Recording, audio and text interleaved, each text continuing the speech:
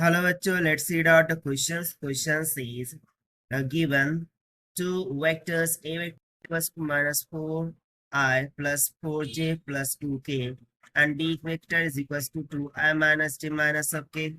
The angle made by a vector plus b vector with I plus 2j minus of 4k. So यहाँ पर basically हमें दो vectors दे रखे हैं in this mathematical physics. So हमें simply angle made by a plus b vector with this third vector find out करना है. तो चलिए स्टार्ट करते हैं solution से. But before of it, let's talk about the key concept which we are going to use here for this question. So यदि आप दे दिए जाए like a and b, अब बोला जाए कि इनका प्रोडक्ट कीजिए.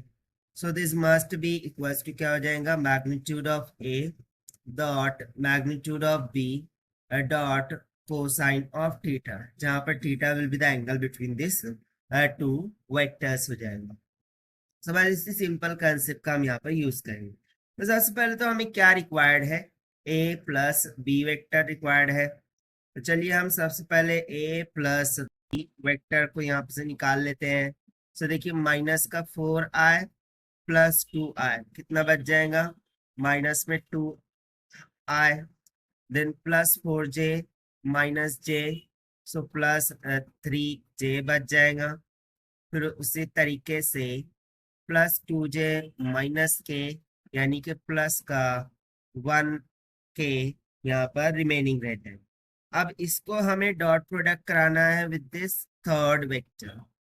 तो चलिए फिर हम इसका डॉट प्रोडक्ट लेते हैं कि ए वेक्टर प्लस बी वेक्टर का dot product with the given vector of hat i plus 2 hat J minus 4 hat के इक्वल. तो चलिए अब हम फिर ए प्लस बी वेक्टर को यहाँ पर राइट डाउन कर देते हैं कि माइनस 2 हैट आई प्लस में 3j प्लस में k dot product with i plus 2j minus 4k. So dot product में basically i to i dot product होता है j टू j और k to k, while i to j i to k ये सब क्या हो जाएंगे zero. So हम i to i j to j और k टू k टर्म को यहाँ पर कंसिडर करेंगे only. So on taking the magnitude, यहाँ से हम बोल सकते हैं कि मैग्नीट्यूड प्लस में बी वेक्टर, इसका डॉट प्रोडक्ट कर रहे हैं हम with the given vector of hat i plus में 2j माइनस में 4k. सो देखिए फॉर्मूले के अकॉर्डिंग फिर यहाँ पर क्या लग जाएगा cosine of theta and this will be equals to minus 2 into 1 हो जाएगा माइनस का 2, देन प्लस 3 टू 6 हो जाएगा, then minus 4 into 1 will be minus of 4. So minus minus will be plus, minus 6 plus 6 cancel, यानी कि यहाँ पर क्या आ जाएगा जीरो. यहाँ पर ये cosine of theta as it is.